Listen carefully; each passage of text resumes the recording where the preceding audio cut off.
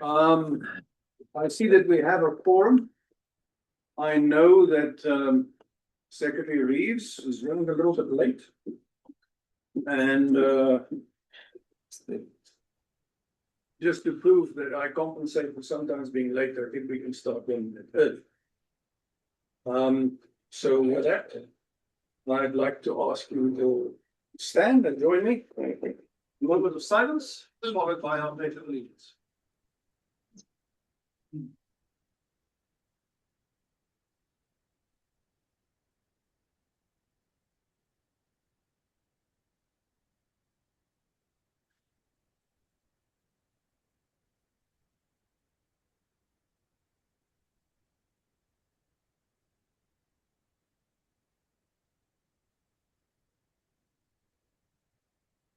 Thank you.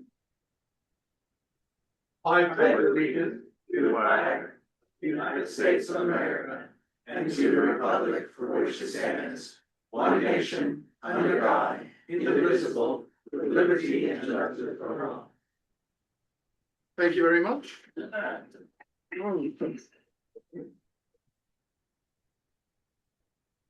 I see the public seats are not quite as full and occupied as they normally are.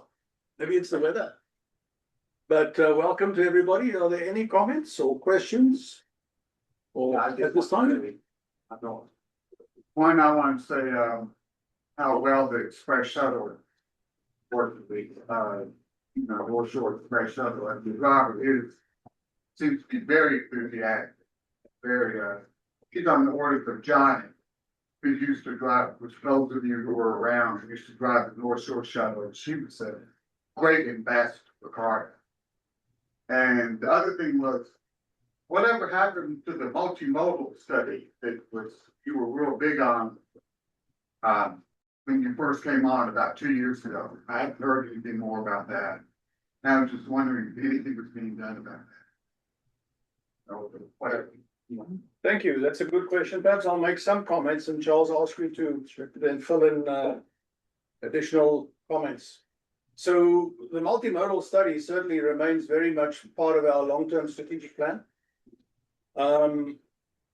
What we are doing now, and under the leadership of our CEO and the new executives that really have reconstituted the leadership of Carter, we're working on building the foundation, getting the organization strong, operational efficiency, effectiveness, ensuring that we balance the most efficient way of doing business with also maximizing revenue opportunities.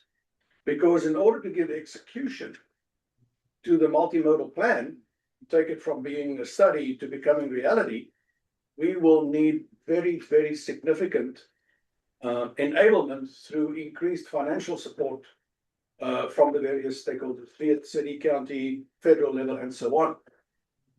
And we have to make sure that when we raise their hand for additional funding, that we do so from an absolutely robust foundation of integrity and proven operational excellence. So that takes some time. So we are busy in that stage of sort of building our credibility so that when we put up a hand and say, this is our master vision for mass transit in the greater Chattanooga area, we do so with authority, with credibility and confidence. I think that if we were to do so at the beginning of the year,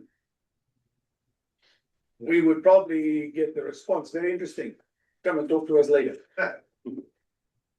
Anything you want to add to that, Charles?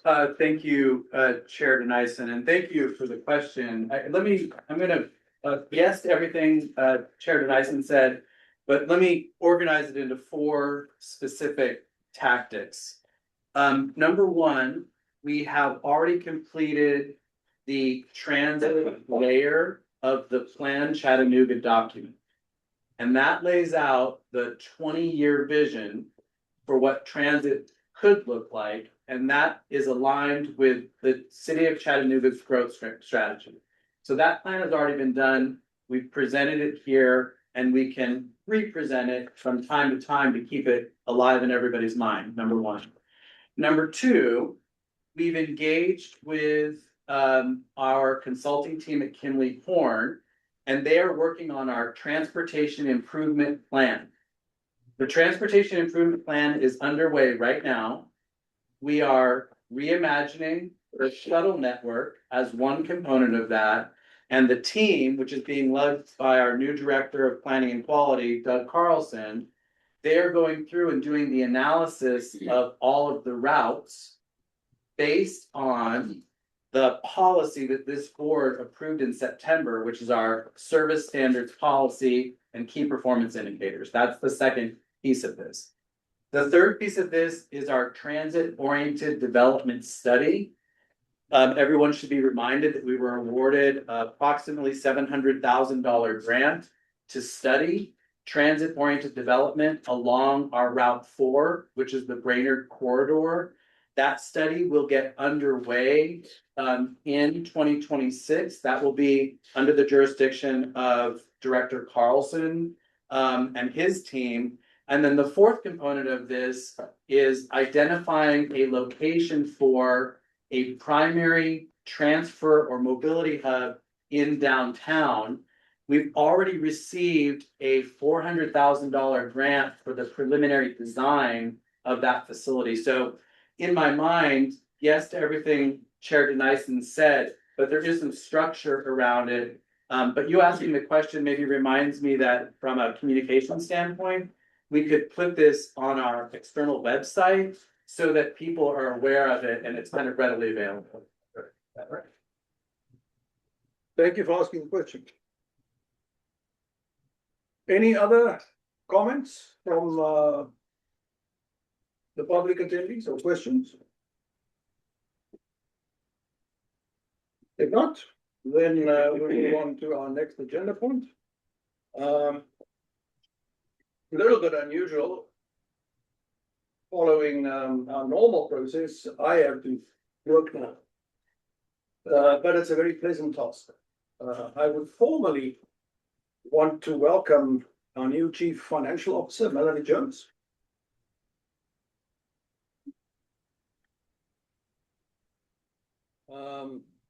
Melanie, we want to formally then bid you a very warm and hearty welcome. I think that we are all aligned that you are a great addition to the executive team. And we look forward to your meaningful contributions as we continue our process of elevating the performance of this organization to one that is characterized by operational excellence. With that, it is also necessary for the board to officially ratify your appointment.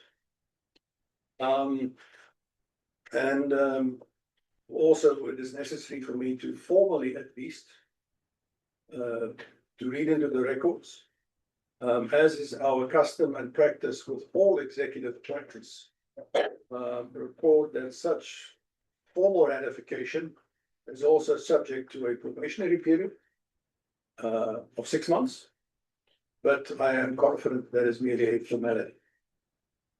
So with that, I'd ask for a motion to formally ratify the appointment of our new CFO. So moved. Second. All in favor? Aye. Any opposed? Welcome to the team.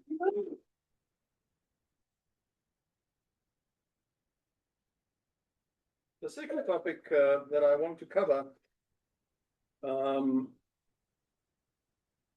relates to a further amendment of the bylaws. We had on the 17th of April board meeting, we had approved here some changes to our bylaws, which were impacting things such as the composition of the board, tenure, and compensation, which we reduced to 0. We are all here working as volunteers in service of our community. Welcome, colleagues. Thank you. Good morning.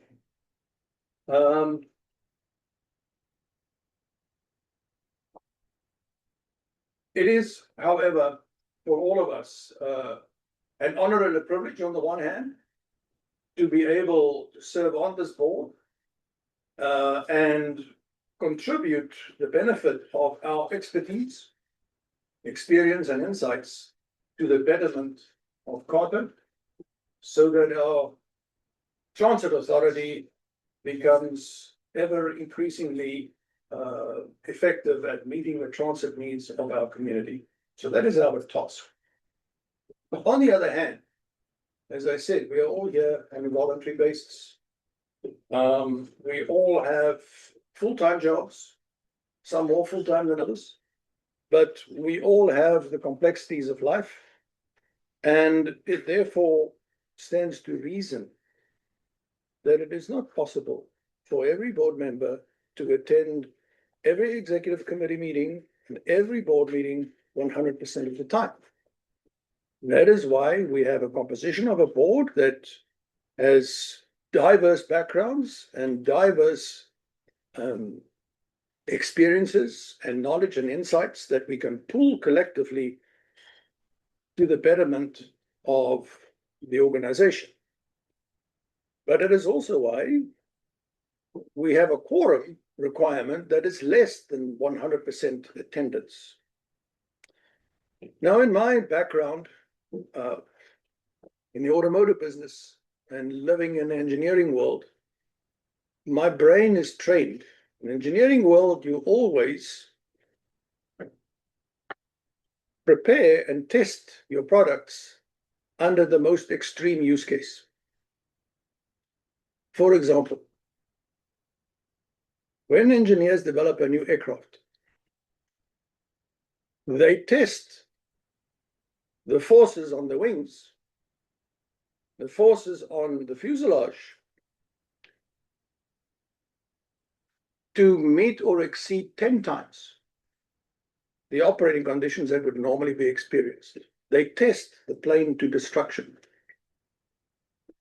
And so one test that is particularly dramatic is when they test the wings and they bend them upwards.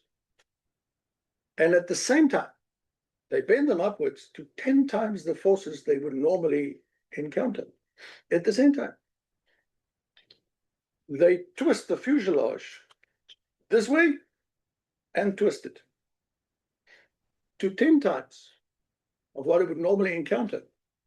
And they do all of this at the same time, which will never happen.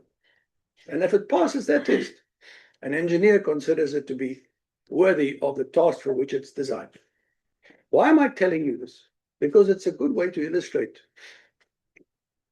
You use an extreme example, and if you prove your use case under the extreme condition, then you got all the bases covered.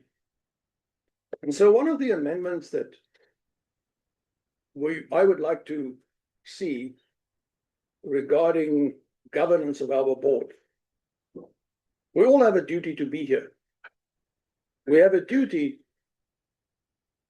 to make our expertise and experience available to the organization and to the community. What were to happen if we had an extreme example where we could never have a board meeting because we never have a quorum? Highly unlikely, but extreme example. And if we bulletproof our regulations to cover for that eventuality, then we know we will never have a problem, unlikely as it may be. And so, I would like to propose the following amendments to our bylaws, which have been discussed and developed with the support of legal counsel, and also discussions at the executive committee, and together with Carter leadership. And I would like to read it formally so we can read it into the records. Firstly, this amendment aligns with Carter's strategic imperatives of service quality, customer service, fiscal accountability, and community engagement. The approval of this item will amend the Board of Directors bylaws by amending Article 4 to include a new Section 12 as follows. new section 12, which covers attendance and censure policy. The executive committee, acting on behalf of the board, gains authority to censure any board director, including executive committee members, who fails to meet attendance requirements. The censure trigger is if a board member misses 3 regular meetings within a 12-month period. The censure procedure is to provide written notice to the board member, to provide notice to the mayor of the governmental entity that appointed the member, and document the censure in the board meeting minutes. The post-censure consequences. If the censured member misses 2 additional meetings within 6 months after being censured, the member is deemed to have resigned unless they provide a satisfactory explanation. For example, health reasons, personal circumstances, whatever those might be. The chairperson has a reasonable discretion to determine if the explanation is sufficient. Upon resignation, the position becomes vacant on the first day of the next calendar month. The vacancy is filled pursuant to Article 4, Section 1 of the bylaws. Now, I wish to reiterate, it's not expected for everyone to be all the time. And you can see from the way that this policy has been framed, it allows for ample opportunities where it is impossible for a board member to be present. Goodness, I have missed meetings due to ill health or to business reasons, being out of town, whatever the case might be. This is normal. This is not what we are talking about here. We are talking of the extreme example, so we can bulletproof our governance. Are there any comments, questions, or discussion to this proposal?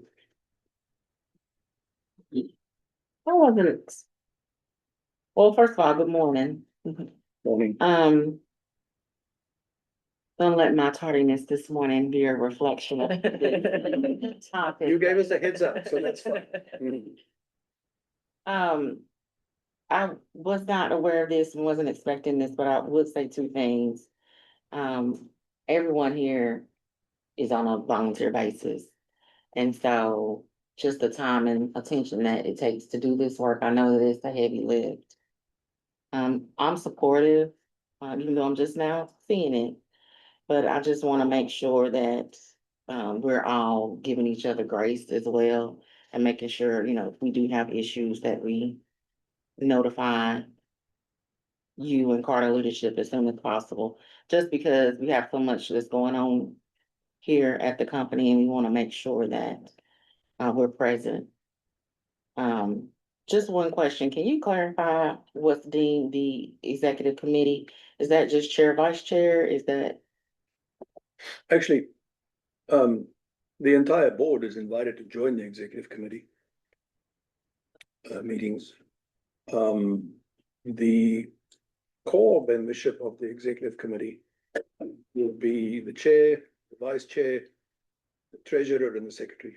Okay, I didn't know if that came out the charter or what. Bylaws. It's in the bylaw. Okay, that's what I wanted to clarify. Okay. All right, thank you. Thank you. Any other comments? Could I have a motion for support? Second. All those in favor? Any opposed? All right, I think the motion carries. Thank you very much.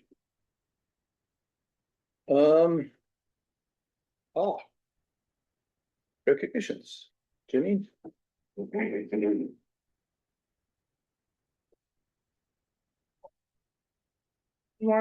morning, Chairman Denison, Board of Directors, Mr. Frazier, Carter colleagues, and the public.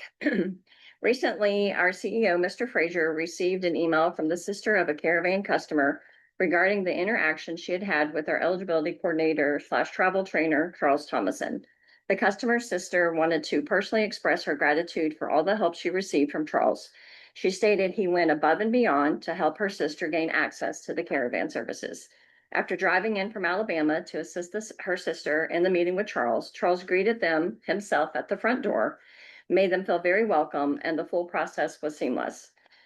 She stated, I wanted to make a big shout out to his excellent customer service and stated that the world needs more Charles Thomasons in it. Some may think that this is a one-off situation, but interacting with Charles myself and hearing from some of his team members, this is the standard on how he continuously provides excellent customer service to our customers. Charles initially worked for CARTA as a part-time driver back in 2006. He left for a short stint, but probably realized the grass was greener and came back. He then returned to workforce again about 3 years ago, once again starting out as a part-time driver. Then he moved into an assistant in the office, and then in January of this year was promoted to his current position, which is the eligibility coordinator and travel trainer. Speaking with Charles, he stated that his favorite thing about working for us is his ability to help others, and I think that's apparent in what he does each day. In his spare time, initially he told me he doesn't really do a lot in his spare time. He just kind of likes to chill at home with his wife. But as I kind of got him to talk a little bit more, he says he recently took up a new hobby of golfing. He enjoys trivia with his wife and friends at local hangouts and recently participated in a tournament, but we won't tell them how that tournament played out. He also enjoys reading, gardening, cooking, and then once again, just some downtime with his wife at home. We are very fortunate to have him as part of the CARTA team, and it is our pleasure to recognize him as the recipient of the November Ambassador Award.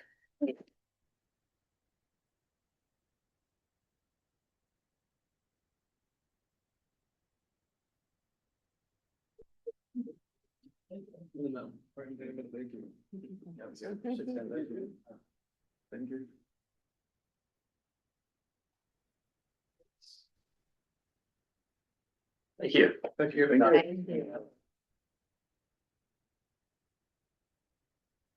You can use the gift card to buy some golf balls.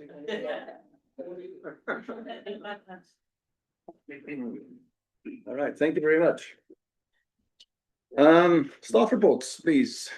CEO report. Charles? Yes, good morning, Chair Dennison and members of the board, CARTA colleagues and the public. It's good to see everybody. I have a lengthy report, so I'm going to move diligently through it here, but a lot to share.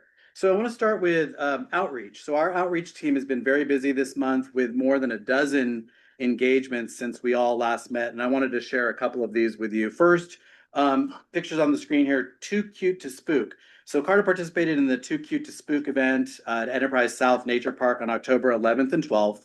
And we transformed the Dolly bus, which you can see up here with Halloween decor and music, and the kids dubbed it the party bus, which was exciting. But literally thousands of children and families stopped by to explore the bus as part of the evening trick or treat, and giving CARTA a fun and memorable way to connect with the community. But this is a really great way to get our community kids, parents on the buses and just get familiar with a public transit bus. And so a huge success there.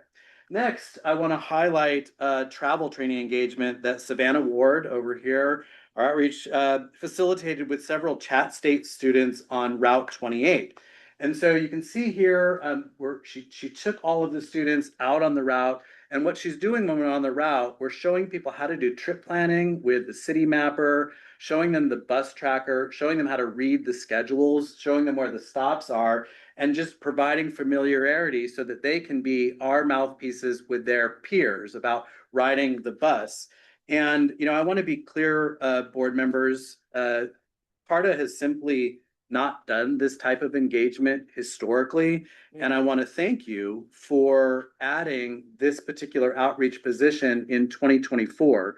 This was one of the needs that I outlined for us. You responded by giving us this position. And this is work that we're doing, and Savannah's done such an amazing job. I want to give you another example of outreach.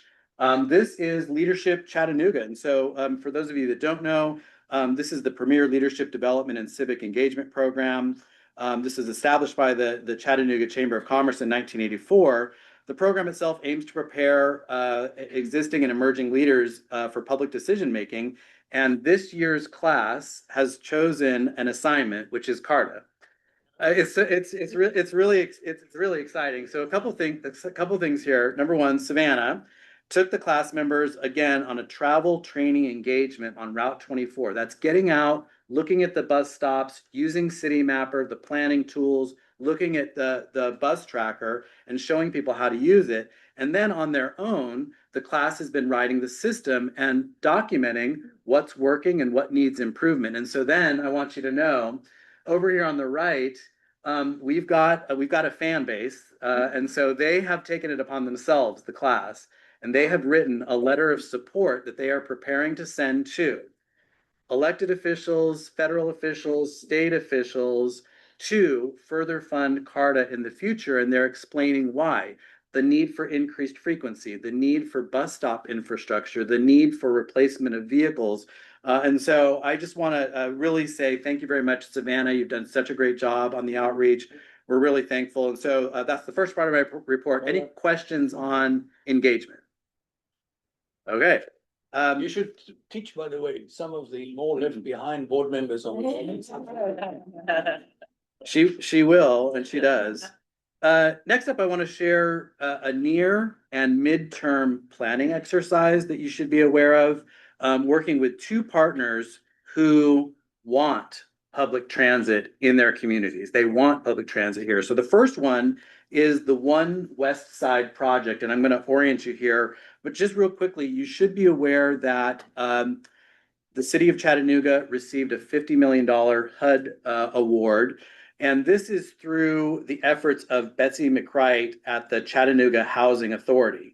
And so the engineering and planning of this part of the community is underway, and they've reached out to us for engagement. And what they want to know is, and you can see in the upper right here, they want to know, they've got their own design consulting team. What can we do for improved access, stops within One West Side itself? They want to know about the extension of existing routes into the community. They want to know about new routes that could be created. They want to learn about how caravan and paratransit service can be further developed here. But also they are considering even a mobility hub inside the campus itself, so an endpoint. And that's a place where we could have bike share, car share, charging station. And so we're going through this planning process. So I want you to be aware that this is a midterm project. We need to be engaged at this point so we can get the infrastructure into the ground and identify these locations. So that's the first one. The second one, there it goes. Second one is a near-term planning project with our partners at UTC. So I want to make sure that you know, at the request of the new chancellor, Dr. Lori Bruce, and Vice Chancellor Brent Goldberg, we have initiated a quarterly strategy meeting between the two organizations. And for those of you that have not already heard or met Dr. Bruce, she has very big plans to increase enrollment up to 15,000 students. They're at 12,000 now. In the next few years. And their big challenge is they have limited parking and limited housing, and that's where we come in. And so here in the photos, what I want you to see in the bottom left, we are going to be engaging with them. We have a half-day session planned. We're going to be revisiting the current design of the MOX Express, but also they're going to be educating us on where their new housing locations are going and their new parking locations are going so that we can revamp that service. And so I wanted you to be aware that these are very important conversations, but one piece of information that's different than what you've heard before. As part of our transportation improvement plan, so this is the evaluation of the routes, we've already told you that the first changes would not take place until calendar year 2027.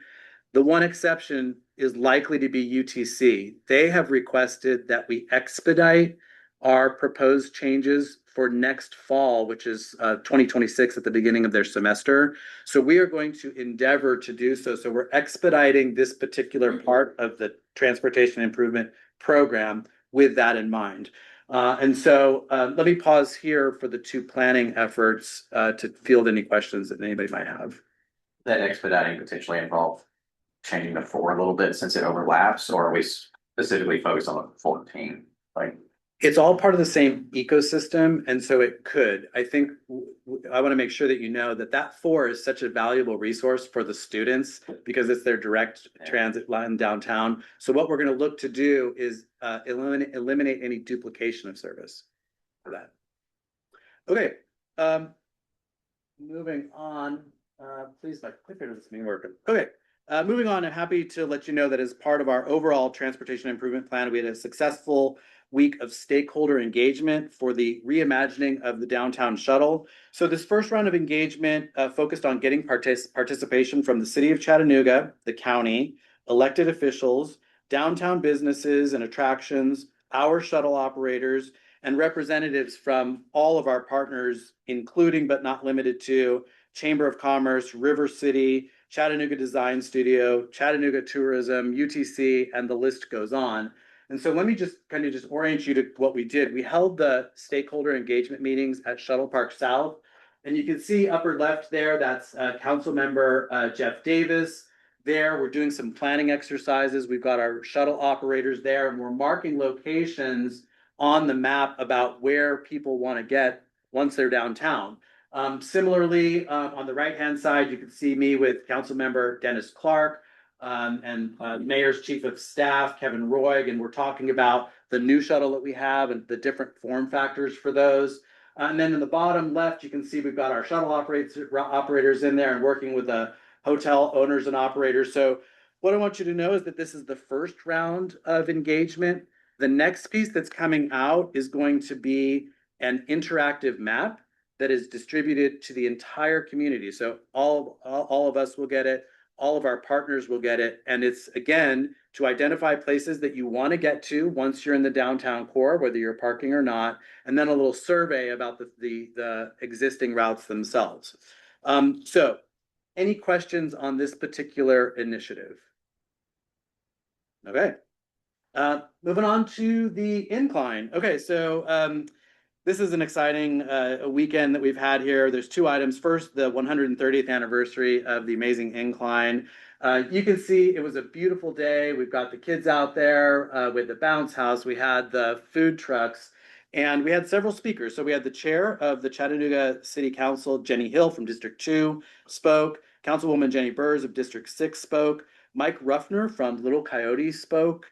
And then Nathan Bird of the Community Association of Historic Elmo. Also, we had Director Nye there. Chair Denison was there. We appreciate that. Secretary Reeves was there. And am I missing anybody? Oh, Vice Chair Freeman was there. And Dylan Rivera from the mayor's office presented us with a proclamation, establishing that day as the 130th anniversary. And so that was exciting. And so thank you, board members, for being there. Do any of the board members have any comments on their experience while they were there? Want to share? Yeah, actually, it was remiss of me. I had intended to make these comments during my sort of opening remarks today, but the occasion overwhelmed me. It was an outstanding event. It was very well attended. It was great to see that as such a great example of the role that Carter plays in adding value to this community. And I, in particular, want to acknowledge the work done by the team behind the scenes. Whether it was the setup, the planning, the packing out of tables and erecting the sun shelters, to handing out cupcakes. None of that stuff happens by itself.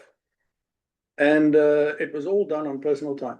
So I really want to acknowledge it and tell you that it's highly appreciated. And you can be really proud, the entire team, of a job well done. Thank you. And if I may, let's go ahead and name them out, because so I want, if maybe just stand for a minute. Savannah Ward, Brandon Meredith behind me, Matthew Higgins, please stand up for a minute, and Brent Matthews. There were other people that participated, but these folks did the heavy lift.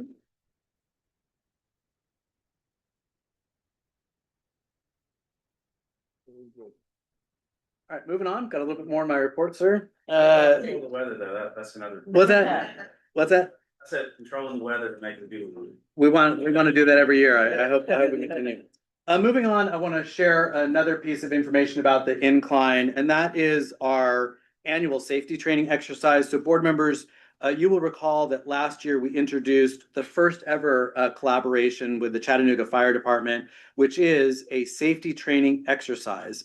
And this was established as a best practice and an ongoing partnership with fire rescue. And so just what I want to remind you that last year, Director Nye and I participated, we were rescued when the incline was staged at one of the upper trestles. And so the purpose of this was to familiarize first responders with kind of the treacherous situation of having to do a rescue. And so we want to do this every year.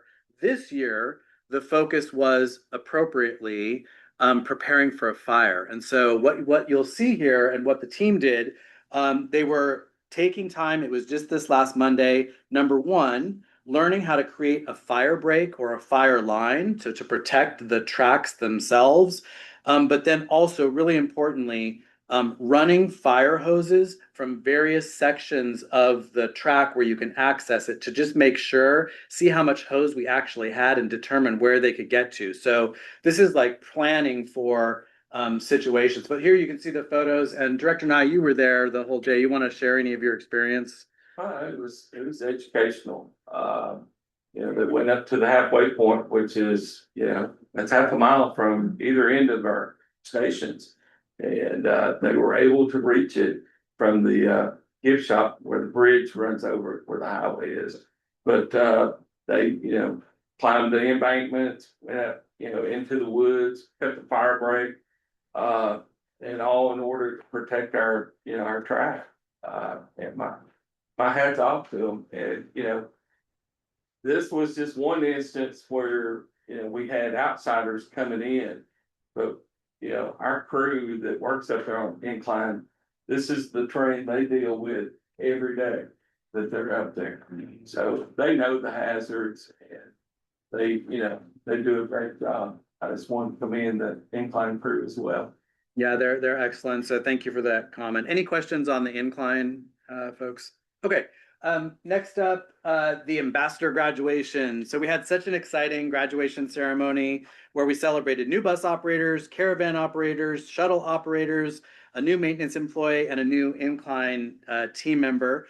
We had Vice Chair of the Chattanooga City Council, Miss Marvine Noel of the Great District 8, as our keynote speaker. And once again, our Chief Safety Officer, who's not here today, Mark Logan, gave a very inspirational speech. Everyone that I've spoken to thinks that maybe he missed his calling because he's such an inspirational speaker. And so I want to thank Director Culp, Director Sandifer, and Director Evatt for attending. Your presence is really special at these ambassador graduations. Our employees get that they see you there and it's meaningful. So I really appreciate you attending. I also want to thank President Strickland, who is not here today. She gave a great speech, but also thank you to the Vice President of the ATU, Chris Crow, who's here, Cynthia, who's here as well, their secretary. Thank you for attending the graduation ceremony.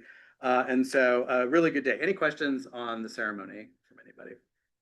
Okay. And then finally, just want to share with everyone that I was invited to present at the Red Bank City Commission this week on Tuesday evening. So I went and met with the mayor and did a presentation. City of Red Bank is, they're going through an interesting time. So the first thing I want you to know is on the right-hand side, I gave them a report of their ridership statistics for caravans. So our caravan system is growing, obviously, but in their neck of the woods, their ridership has grown 145% increase. And so it's significant, and they are preparing to, budget and plan for that. But what they're interested in is a pilot project to talk about extending shuttle route or fixed route service, maybe microtransit service further into the downtown core part of Red Bank. And so it's an exciting time and they're big fans of us. And so I wanted to let you know that was how I rounded off my week here. And so with that, that concludes my CEO report, and I would be happy to take any questions that anyone might have. Any questions? Thank you, Charles. Very comprehensive as usual. Much appreciated. All right, moving on to the consent agenda. Material has been distributed. Are there any comments, modifications, additions to the minutes? Motion, we refer to the previous month's meetings. I have one comment, I would like to ask for a correction, I think on page 7 for the minutes, if I'm remembering correctly. There was a disagreement between the ridership numbers verbally and then the numeric explanation. I see it's page 8. Second paragraph from the top, just for being pedantic. Says there's an average of 1,100 monthly riders, but the number in brackets says 1,190. It's one of the two. It can't be either. If we could take a look at whatever the right number is. Eagle eyes. Sorry. I'm really pedantic. Thank you. Any other comments? All right, is there a second to Bill's motion? Second. All in favor? Aye. Any opposed? All right, minutes are approved. Any comments to the statistical report? I'll just say, after our last month that we had an opportunity to break some records, we did 100,000 rides on fixed route is, Not too shabby, huh? that is wild. Yeah. That is not something I think I would see this soon after we all kind of got How started. many times did you ride the bus, Corey? You gotta bring her. But I mean, just to see that chart, I mean, that's fantastic, and kudos to absolutely everybody in this room, that's contributing. So, Yeah. I think that's just such a strong statement. That Yeah, if I things are working better. If I may too, I wanna just, so, I wanna remind the board, we have not made any changes to the fixed route network yet. We haven't installed bus stop infrastructure, we haven't added frequency, we have not expanded span yet. What we've been doing is the heavy lift of the engagement, the transit tours, getting people out there, training the kids, and so I want you to know that the transportation improvement program that we're going through is when we'll start to make decisions about adding or tweaking things. So this is engagement, that's the driving this behind there. So just my 2 cents. Excellent. Yeah, that was very encouraging. I was pleased when I saw the numbers. So, motion to accept the statistical report. Second. All in favor? Any opposed? Done. Thank you very much. Action items. Annie, Miss Moneybag, spending.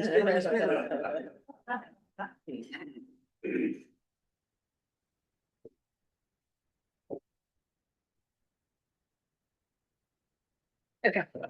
Good morning, Chair Denison, Board Directors, CARTA colleagues, Mr. Frazier, and the public. I'll be going over the procurement report for November. It can be found on page 21 of your packet, and there's a summary up there. This month I'm bringing a report for sections A, B, and C. So board approval of new procurements, board approval of the request for proposals process, and report on sole sourced procurements. For section A, staff is requesting approval for a 5-year agreement for recruiting services with 2 firms, W3 Global and an Elite Placement. During the evaluation process, the 2 firms tied for the highest score, as W3 Global and Elite Placement each offer unique services that would be beneficial to CARTA from a recruiting perspective. So W3 Global offers nationwide services and an Elite Placement offers transit-specific recruiting services. The evaluation team felt that awarding 2 contracts for this service would be in CARTA's best interest. Staff is recommending that CARTA enter into a contract with both W3 Global and an Elite Placement for a not-to-exceed amount of $200,000. Task orders will be issued only as needed by Human Resources. Services include recruiting for leadership roles, including director and C-suite positions across the organization. This procurement was completed through a request for proposals process. For the second procurement under section A, staff is requesting approval for a 5-year agreement for on-site and off-site Department of Transportation physical examinations not to exceed $125,000 over a 5-year period. Carter staff are recommending 2 vendors for award, Tennessee Ahmed Express and Concentra. Tennessee Ahmed Express offers on and off-site DOT physicals, and Concentra only offers off-site. CART drivers require these exams periodically and will be informed of CART's agreements with both firms. Drivers may choose to utilize either proposer.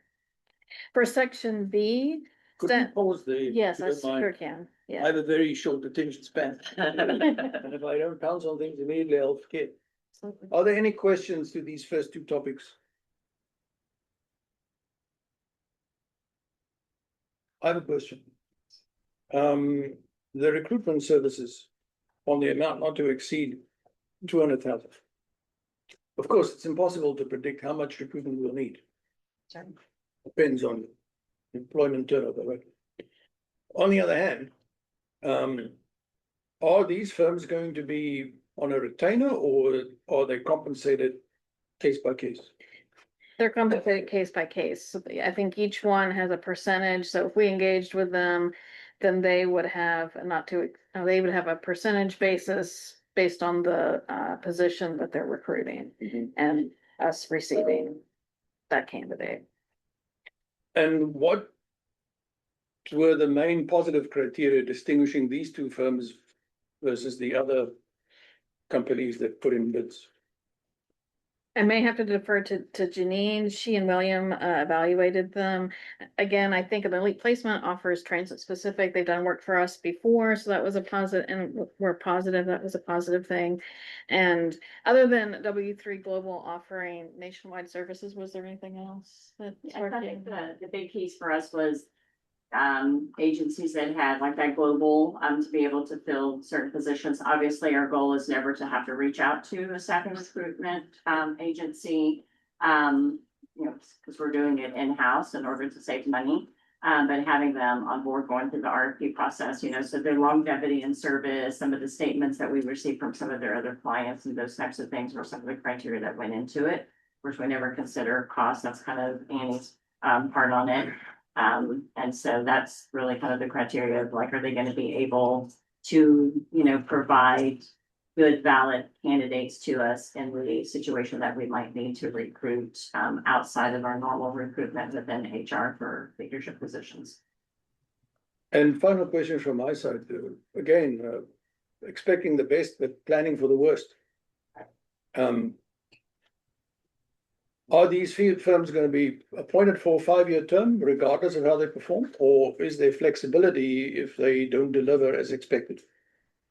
That's a good question. My understanding is it would be a 5-year contract, but obviously, I think if we were to find that they were not meeting the expectations, then we would probably need to revisit that. And I'm not sure how that.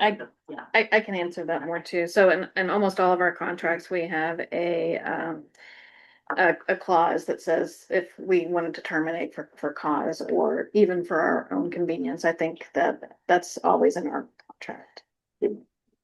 Got one quick, oh, go ahead. No, I'm done. I got one quick question. And this is should be in the terms, but typically when you're recruiting for like director C-suite positions, you have some type of language that says that, hey, that person doesn't last 3 to 6 months or 12 months or something, and we get do we have something in there that kind of protects us if we go through the path and then whomever they give us is not up to snuff? We haven't finalized our agreement yet. I think both of those touched on it in their proposals, but we'll make sure that we. Yeah, you could make sure, because I've ran into. There's usually a standard clause, so we should just make sure it's in. Yeah, please. What they do is they do a freebie replacement. They don't give you money back ever. Yeah, give them the opportunity to replace and or potentially like a discount on a replacement depending on the term of how long that person that they provided to us. They come in threes. All right. I have a comment if I may, just to answer the why. First of all, thank you I love the questions. And I think that as a As a management team, we love engaging with the board in this way. I think that's good and healthy. I wanted to just go back to the why a little bit. I think that the board's aware. It's sometimes challenging to find positions that have had some experience in transit, and we need a lift. So for example, Mark Poyer was the director of paratransit. It's a very specialized kind of a role. And so what we want to be able to have at the ready is a contract that we can turn to when we need to for specialized roles. We do the recruiting for normal day-to-day stuff, but we just want these on file. So there's no retainer. It's when we need a lift. But great questions and I appreciate it. But that's the why. We want to have something just in case. So I like the fact that you're being proactive. Because, you know, with recruitment, time is an issue. And if we can get the administrative things on the shelf and ready to go, if we need to pull the trigger, that's good. Thank you. All right. Okay, and before I get into section B, I'll kind of let you know why we're wanting to move forward with the request for proposal process for this one. We were contacted by Rock City that they were no longer gonna continue doing incline concessions and ticket sales after the end of our contract in February. I think that was a business decision on their side. I can defer to. I can jump in. Yeah, so board members, so what we want to do here is get your approval for the potential use of request for proposal. Rock City, who's been our partner, they sell tickets, they do concession sales. They're making a business move, and so they're not going to extend the contract when it naturally expires after the first of the year.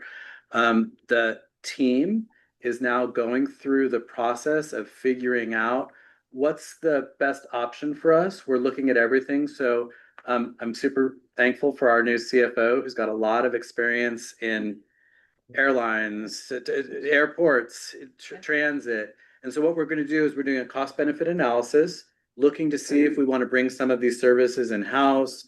We're going through this over the next couple of weeks, but what we would like is, in case we decide to go out for an RFP, we'd like your approval today, so that for the purpose of timing, because if we decide we need it, we need to move kind of quickly. So that's the behind the scenes Yeah, piece. because we have only 3 months and the holiday season in That's right. between. Yeah. Can I interject one piece? And I thought Charles was gonna mention it. Oh, yes. I just want to thank Rock City for their partnership over the years. We appreciate the opportunity to work with them, and even with this change, you know, we're still in the same vicinity. So we want to be good neighbors, et cetera. So I did want to mention that as well, because I think we've been in partnership with them for several years. Like 21 years. Okay, 21 years. Okay, I knew it was a long time, so I think we'd be remiss in not stating that we do appreciate their partnership. And that's all. Okay. Thank you. So I would just add that if you need volunteers to run the ice cream concession, I would also add.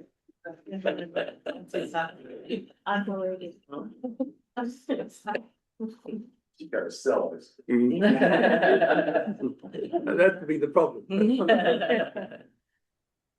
Okay. If there's no other questions on section B, I'll head on to section C. So we have 3 sole source procurements to report for this month. The first is for installation of an incline car window due to damage to an existing window in the amount of $13,080 with Brookville Services.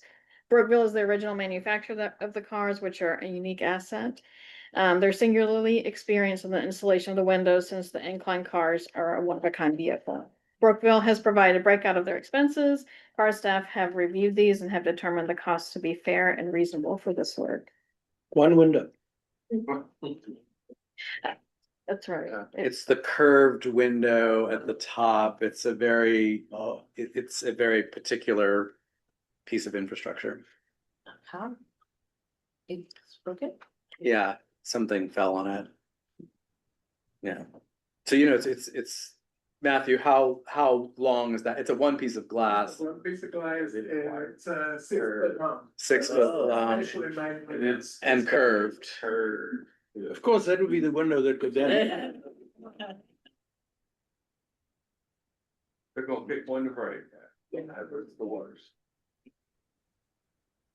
Okay, the second sole source procurement was the purchase of new and repaired battery management system boards for Carr's electric shuttle vehicles in the amount of 10,716 with Christian Mejia.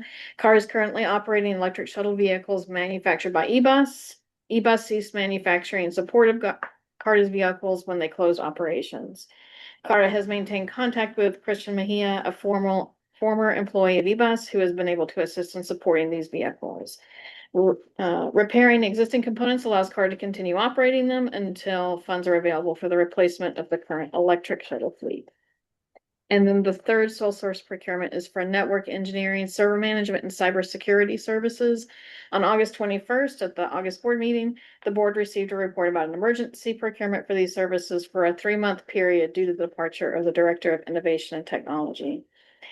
At this time, Carter has estimated that additional resources will be required through the end of January. The estimated cost for this effort is $58,500 for Peridix Technology Advisors.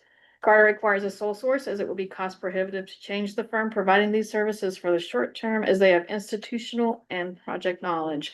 Staff will have a long-term recommendation for continued contracted resources as necessary at a future board meeting. That concludes my report, but if there's any questions, I'm happy to take them. This is a piece of string question. But what is our confidence level that this IT thing will be sunsetting end of January? I probably need to defer to Daniel. I could take it if, yeah, so a couple things, board members. As with all of the systems and infrastructure that we collectively have inherited, there's some work to be done in IT infrastructure, cybersecurity. And so, as you know, Daniel DeFore is our new Chief Information Officer. You're also aware that we've had some technical challenges at the call center in Caravan that have been difficult for us. This is to stop the bleeding. That's my term. Stabilize the network and allow us the time to plan what we think will be the stabilizing infrastructure procurement that's going to need to happen. And so what I'm talking about are the routers, firewalls, uninterrupted power supplies, and the software systems that need to be at this location, 12th Street, Incline, Shuttle Park South, and Shuttle Park North, all of our nodes. And this is the first time, as you hear a lot when we're doing things here at CARTA, it's the first time that we're taking that comprehensive look. So I feel confident that this will get us to the position where we can give you a recommendation for this is the first phase of our longer term fix. And I got one other question. I'm sorry, I'm going back to Bravo. For the incline, is our plan to have a new vendor in place by the end of February? Or are you all still kind of, because I want to make sure if we're gonna have a lull, we understand what that looks like, or is it really y'all more looking at the financial impacts and how we want to make changes? The answer to the question is, and I think everyone will agree, our priority is to make sure that we don't have any interruption of ticket sales primarily, followed by concession sales. So we want to, first things first. Sea Rock City has signaled that they are open to a transition agreement should we need them to go beyond their current expiration date. So what we're doing is kind of analyzing the options. Are we going to try to bring something in-house? Are we going to try to stand something out and do an RFP and negotiate that? But if that answers your question. So we don't know what the solution is yet. I would assume that transition agreement is under new terms. It is. It would be under new terms. And Doug Chapin, who's the president and CEO at Sea Rock City, they, as a long-term partner, they don't want us to fail. And so they are open to that, but we're working on the solution. We plan to present that to the executive committee on December 4th, no later than, and then we'll kind of quickly do the turnaround and stand things up from there. No, thank you, no, that's all. Is that it, Annie? That's all I have. Yes. Don't got no more money, so. Colleagues, are there any other comments or questions? Yeah. Oh, go Motion ahead, to Bill. approve? Okay. Just asking, how are you setting up online ticket sales? So That's something you you mean can, transitioning, Yeah. so that is a very important item that we've identified and we're gonna work with Sea Rock City.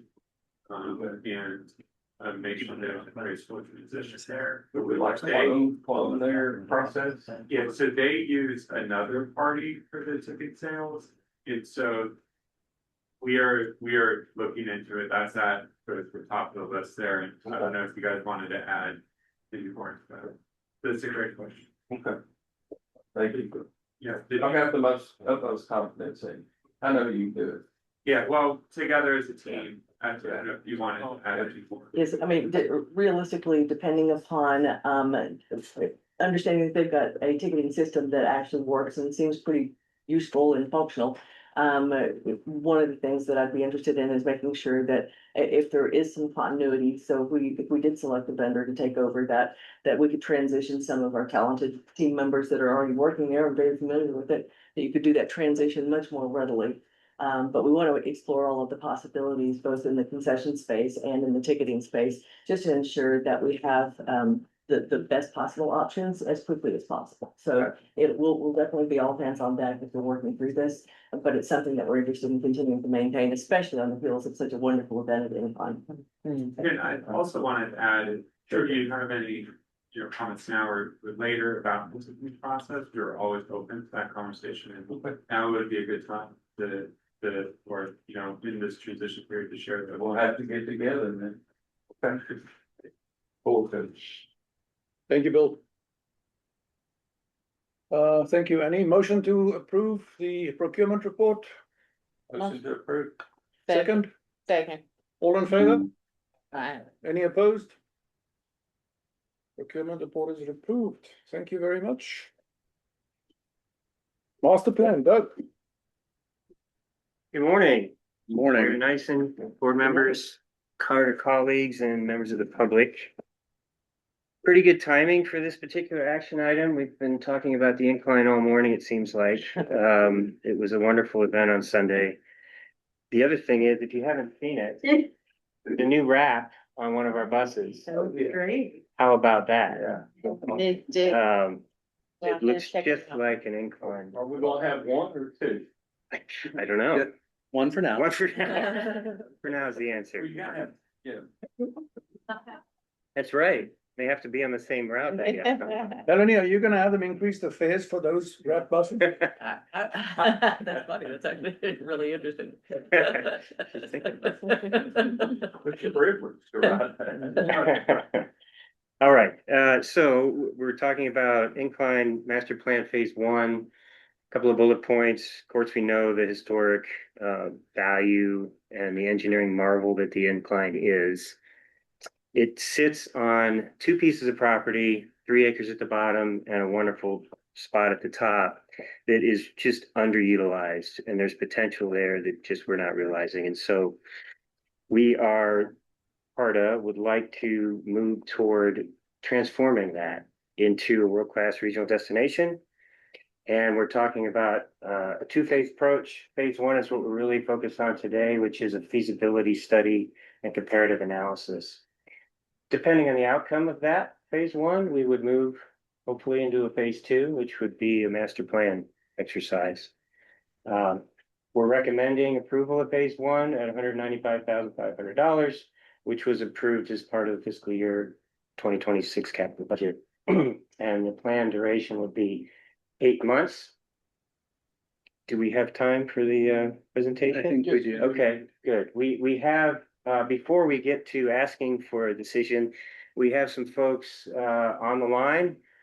PGAV Destinations, specifically Diane Porthouse Lochner, is prepared to go through a few slides to talk about what they do. They design world-class destinations, and maybe think about how that might apply to this property, to the incline, how we might take what they do and see what we can make that the in-kind destination into. So I guess we'll transition. Yeah, let's make sure. Diane, can you hear us on the call here? I can hear you. Can you hear me? We can. Welcome, Diane. Fantastic. Fantastic. Good morning, everybody. So excited to be here with you. Good morning. Good morning. I also have my colleague Kevin on the line with Kimley Horn, and he actually is going to kick us off with a couple slides with some history of some of the incline planning, if that's okay. It is. Thanks, Diane. Good morning, everyone. Just briefly want to help set the stage. So, as we've shared with you previously, the railway is a real economic powerhouse, not just for Carta, but for the region. So, over 200,000 people visited the incline last year alone, and that made a difference in the community in terms of economic impact. So, as you can see there, over $45 million in local spending, and the total economic impact, when you think about the spinoff from that, it's over $75 million. And for Carta, that meant $40 million of revenue directly generated. So significant positive economic impact. But that said, people visit the incline, they come back down to the bottom, and they either hop on the shuttle and hop on their car and leave, and either leave Chattanooga or go somewhere else and spend more money. And so what the potential is for this, if you go to the next slide, is what if we were to expand on the concept of the incline and double or triple the number of annual visitors? But not only that, capture more local spending on site. So instead of getting in your car and going back to Atlanta or elsewhere in Chattanooga, staying on property and spending more money. And that would be a significant value capture, not just for Chattanooga, but for the region as a whole, for the city of Chattanooga, for Lookout Mountain, for everyone. So that's really what we're talking about. That's the opportunity that's before us. So with that, I'm going to turn it back over to Diane to talk more about what the feasibility study will do. Great, thank you. I'm gonna start with a little introduction to PGAV Destinations. We're very excited to be considered for this process. We are 60 years young this year, and we have been developing projects for all of those years, and what we call destinations. And those are places that people spend their leisure time. This is a picture of much of our group, 140 employees. And this particular picture was at a place called SeaWorld Abu Dhabi, a project that we opened a couple years ago. And so we all got to travel to see our great work on that destination. We have, global practice. We work all over the world. We are known for our theme parks, zoos, aquariums, museums, historic sites, cultural attractions, and so we bring all of that expertise to bear. If you'd like to go to the next slide, please. Just a quick map to show you all that we do have that global expertise. We have not sort of gotten our feet into Australia, but we are committed to do that at some point. And you can go to the next slide and also show you that significant number of projects in the U.S., and we really consider the incline of sort of a part of this particular market sector, this idea that we are really thinking about it as a cultural entity, great historic value, wonderful storytelling opportunity. And if you go to the next slide, we really focus again on these cultural attraction master plans and feasibility studies to see that potential, to talk about the potential of a project. And I just highlighted a few that you might be familiar with. Of course, we hold our clients' information in confidentiality and very strictly, but the point is that we have worked in your region and specifically in Chattanooga and understand your market, and really will bring that expertise to bear on your project. If you go to the next slide. As I mentioned, we work in multiple sectors, and we believe that working in those sectors really allows us to think very creatively about finding solutions and finding potential in projects. We work in nonprofit sectors, we work in public sectors, we work in for-profit sectors, and all of that thinking really allows us to bring the best solutions to the table for you all. You can see a few of some of the fantastic attractions that we have worked for. So we have a great portfolio of small, medium, and large institutions. And again, that helps us think very deeply about what we can think creatively about for you all. And go to the next slide. We also think very deeply about visitors. For many years, we've focused on publications specifically about visitors and visitor behavior. Of course, without visitors, destinations and attractions such as the Incline would not succeed. And so we want to always be on the cutting edge of understanding the trends that visitors are seeing, how they're planning their activities, what they want out of their attraction visits. We just had a great panel session at IAPA conference about Gen Alpha. So we're already thinking about those next visitors that are going to impact all of us and impact spending habits and really thinking about the trends in visitor behavior so that we can understand how we can really capture those visitors at a place called the Incline. You can go to the next slide, please. So the feasibility study in this phase 1 piece is really thinking about that potential, as Kevin mentioned, really thinking about the opportunity that the Incline has in front of it. We will start with sort of that assessment phase, which is really foundational. We'll think, of course, about assessing your site and facilities, trying to understand, sort of the strengths, weaknesses, and, opportunities and threats of the site and facilities. We also are really adamant about thinking about story. This idea that the Incline does have an amazing stories to tell, and we want to make sure that we're capturing that to really connect those visitors with the Incline in as many ways as we can. And again, we'll continue to dig into the Chattanooga market, the regional market, and thinking about your current audience, but thinking about visitors that perhaps are not yet coming to the Incline. We will benchmark other attractions, other like attractions, but other attractions that we can consider so that we're really thinking broadly about some of the products that we could consider for the Incline in terms of, again, storytelling opportunities and also revenue generating opportunities. And we will think about the synergies in the region with your competitive set and also think about how we can work together with those entities to, again, make the Incline as successful as possible. In the second part of this feasibility study, we will start to think about operational and capacity analysis.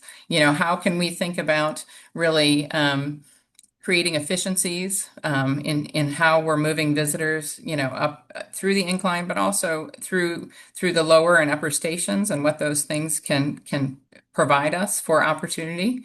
We will think about parking and traffic conditions in both areas and both locations.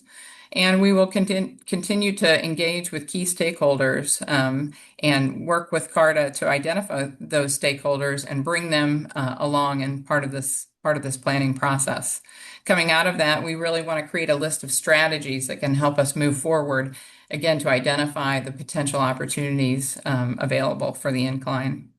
And then finally, in this phase, we'll start to look at this pro forma analysis and think about some concepting and the evaluation of those concepts and begin to present that final comparative analysis in the last phase of this, last piece of this phase, I should say. You can go to the next slide, please. So after that feasibility study, we will think about moving into a strategic master plan and really focusing more on those products or concepts that could be available to the Incline and really thinking about that potential for earned revenue strategies. In terms of the concepts, we're going to think very deeply about some of the great opportunities that we have to engage visitors in the lower station, the Incline itself, and the upper station, but also the site, and potentially thinking about how we can use the site and the views to really engage multiple audiences. We'll develop those ideas into site and floor plans and also start to prepare high-level cost estimates so that we have some understanding of the potential impact of cost. And then move into an implementation phase, working with CARTA and talking through how we prioritize the concepts in terms of implementing those based on a lot of different input. We will talk about estimating the potential of attendance and revenue in this phase, and really pull all of that together in what we call a illustrative site plan to show you these moves of phased implementation over a number of years. And that will be all presented in a final report. So thank you. I'm happy to take any questions about the process. I have two. Hi there, Diane. This is Daniela. Three. One of our curiosities, what is the work that you did in Santiago de Chile and your international projects? Diane, can you hear the question? Yes, I'm sorry. Yes, in Santiago, we did some planning for a potential theme park. Unfortunately, I believe that park never was completed. But again, doing a lot of that strategic master planning to look at potential planning for themed entertainment and water parks. Thank you. Yeah, I live there, and I'm going to visit next month. So thank you for that very. Are you gonna miss the food? Selfish. No, actually. Or maybe. Actually, it's the same. I need to travel. And then for work, I have to travel. But the other two are, in your analysis, are you gonna include some kind of like potential funding sources? Like, because I saw a lot of businesses, so kind of your experience with working with the public entities. And if you identify grants, foundations, or what kind of mixture you do there. And the second one is like, what guidelines are you gonna use for environmental impact analysis? What do you follow? Because they're changing. So I'm interested to know, your standard for environmental impact. Yes, great questions. Thank you. So in terms of the environmental impact, we are always up to date and studying the latest sort of codes and standards relative to the various designations for those. And I will say we also have the benefit of Kevin and his team understanding some of that planning as well. So we will be scanning not only particular information relative to Chattanooga, but also the larger community and looking at examples of those impacts. In terms of your first question, which was about funding sources, absolutely. We also have a urban planning department within PGAV, and they are very keen on the understanding of searching for and identifying those funding sources and across the wide range of funding sources as well. And we'll bring some of that to bear in terms of identifying those within the strategies. Oh, thank you. So we can expect like a few names, like a list. Yes, we will look at sort of local, regional kind of funding sources, but we'll also think more broadly about potential grants. We'll also think about private funding and some of those sources as well. So we'll try to run the gamut in terms of looking for as many opportunities as possible. Hey, Diane, if I can jump in briefly. Yeah, and so bigger picture, that's one of the things that the comparative analysis will do is we'll do a feasibility study for developing the site as like a big destination, and then we'll compare it to what you've previously seen, which is a plan for more conventional type development with residential and mixed use. And for both, part of the comparative analysis will be assess what is the capacity to get these things funded, either through grant dollars, through other means and things like that. So there will be a 360-degree picture of the funding situation for both scenarios. help in making the decision of which, which path to go down. Okay, and maybe I'm being too inquisitive, but it's like, do you also provide like ready to go like one thing is to identify it, and we know some funding sources, and the other one is like prepare us or leave us on the way for the funding? Is that a service that you provide? Is that included? Because we can put names down, but it's different to know the grant cycle or kind of like what they're gonna be asking. Yeah, I don't know. I'm trying to like to be like, if we can get like very specific information and also maybe new information from the funding sources that we already know. Dan, you want me to jump in here? Yeah, Kevin, please. So Kimley Horn has a grant funding team. That's all they do is they think about grants 24/7. We partnered with CARTA, with Annie on you heard about the TOD grant earlier, the $700,000 grant to study the Route 4 corridor. So we partnered with CARTA, with Annie, to write the grant application that won the grant. So yes, we can, once we identify the sources, that's one of the services that we're able to provide, is to actually do the grant application as well. Thank you, yeah. But I think if I could just jump in to clarify, you have that capability, but is it included in the scope of this project, or would it be out of scope, but available separately? It would be something separate, because we're not even sure, right, that we're going to go down this path at this point, and we don't know the full range of what the grant opportunities are. So that would be part of the future phase potentially. If you all decide to go to phase 2, which is the master plan, that could potentially be part of that phase 2. Thank you. And Director Powell, I think she's incredible in what she does. So if we can provide like other tools that she already knows, that's like a kind of like a gap. Anyway, we can. Roger that. If I may, I just want, on the memo on page 25, we will include in phase 2, but we're not asking for approval of phase 2 today, is the capital and operating planning. And so the intention is that we would get through phase 1 and have that comparative analysis, which once you ask questions, it's good. But then we have the opportunity to learn about what phase 2 should be and add things or remove things from the scope. But today's just phase 1 for approval. Daniela, thank you. Those are great questions. I have one quick question. When you, on that slide, you mentioned about doubling or tripling the activity there.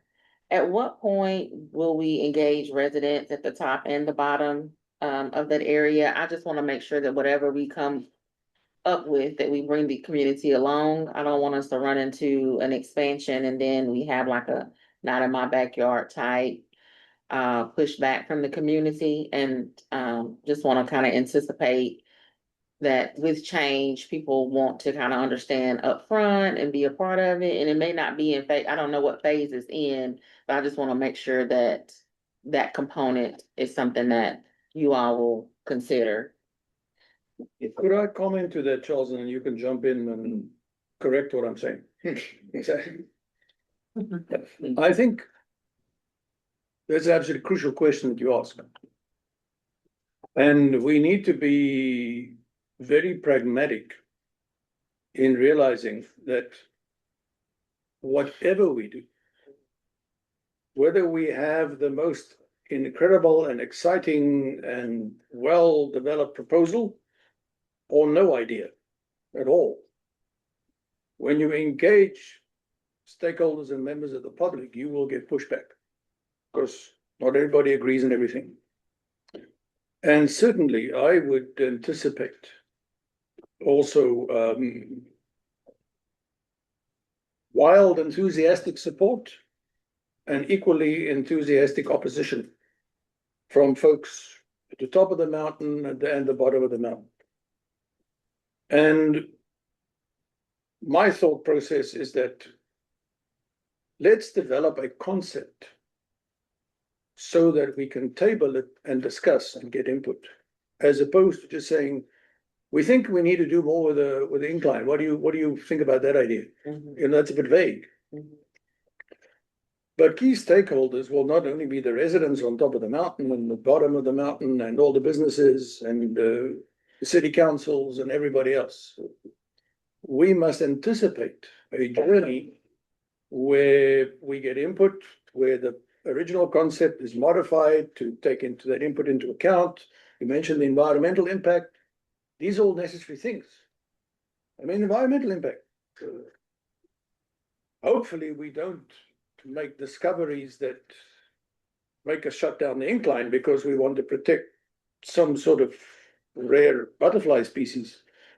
You know, I read an article the other day about a project that was delayed by over 3 years because on the site there were 74 creatures called slowworms. It's actually some kind of lizard. And they couldn't get the project passed until these 74 lizards were captured and relocated. Hopefully we don't have those lizards on our site. But this kind of stuff happens. And it requires respect and acknowledgement and input from all. But at some stage you make call because you will never please everybody, I think. Yeah, just one of the components of that, just so that Kevin and Diane understand. You know, I just kind of feel like the average individual here in the Chattanooga Lookout Mountain area appreciates the incline and wants to see more, but past that, I'm not sure there's like a lot of excitement around actually doing the work. So that's the reason why I'm mentioning that, is that once we kind of get into the thick of it, we probably will have some pushback and some concerns, and just kind of making sure that y'all are aware of that so that you can kind of help us push past any of those type of issues or concerns and actually be successful in utilizing something that has been underutilized for many, many years. Yeah, If I may? please do. If I may, thank you, board members. So first of all, I want to say, thank you for your comments and your expertise. This is where, as a management team, we need your direction and your partnership with it on this. So what I'd like to share with you is, we have a little bit of information already, which is, if you recall, in partnership with the city of Chattanooga, Chattanooga executed a feasibility study along with us that imagined a real estate development at the base of the incline. And during that process is how we really kind of met names that will be familiar to you. Nathan Bird, Cade Cipriano from the Historic Association, Mike Ruffner from Little Coyote, and others in St. Elmo. They are very interested. They want to be a part of this. And I have already committed us to engaging with them along the way, number one. Number two, at the top of the mountain, we have a relationship with the town of Lookout Mountain, and they've got some concerns that we're aware about. You know, there's traffic up there, there's foot traffic.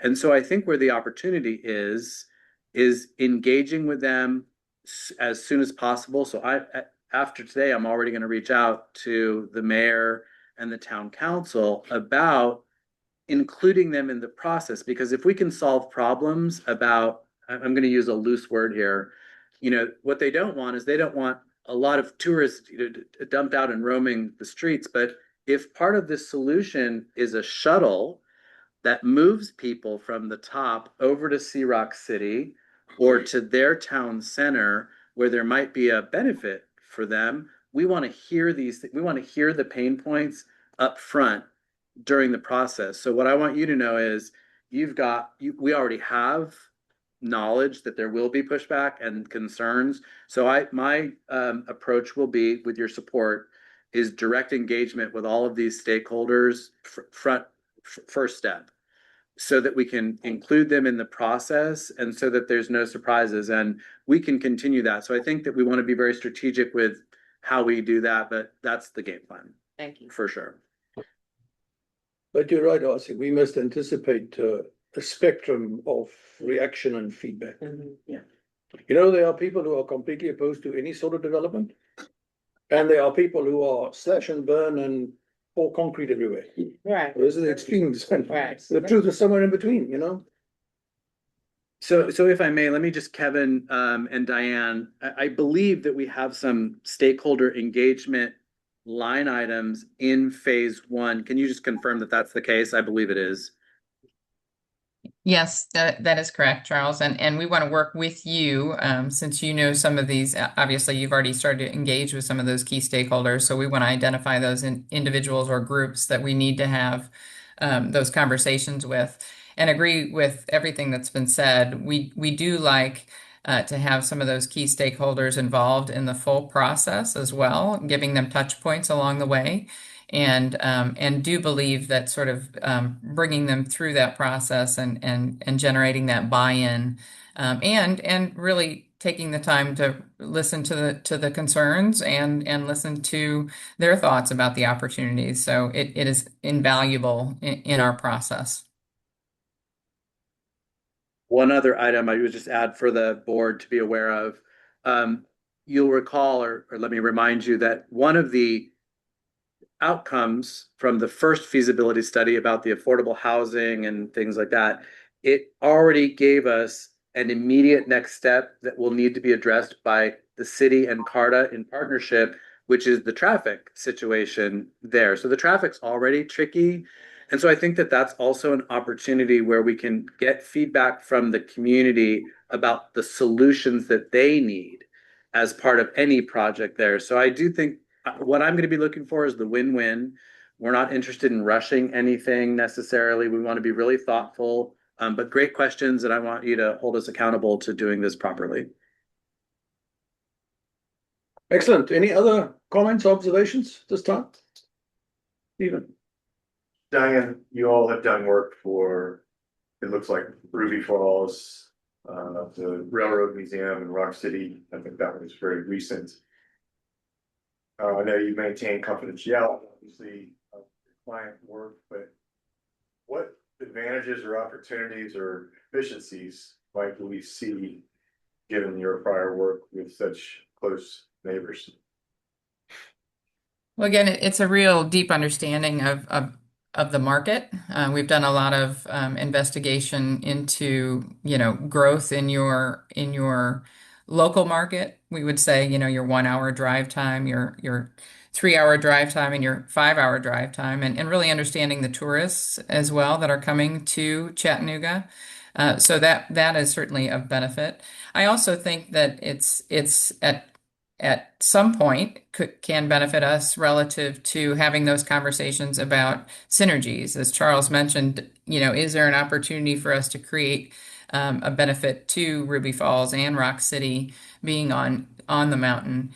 There's certainly a lot of story research that we have done for Chattanooga and the region, its history, and certainly some of the history even of the incline and the mountain.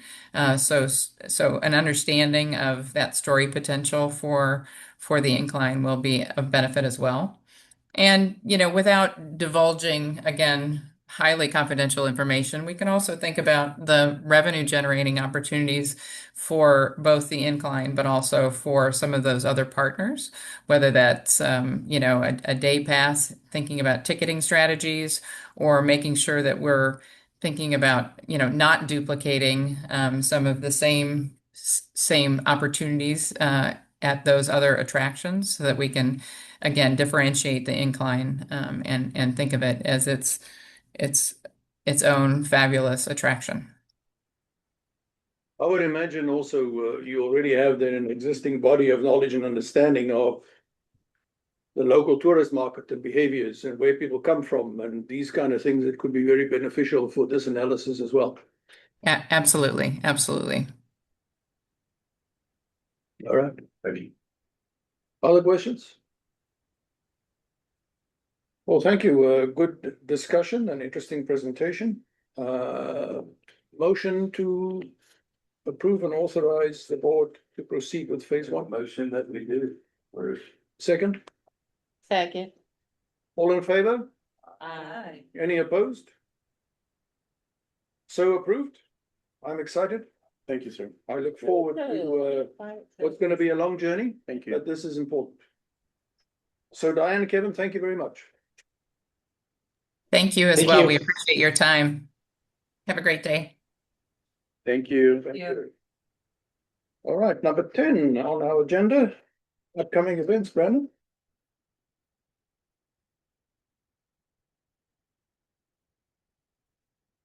Good morning, Chair Denison, Mr. Frazier, Board of Directors of the public.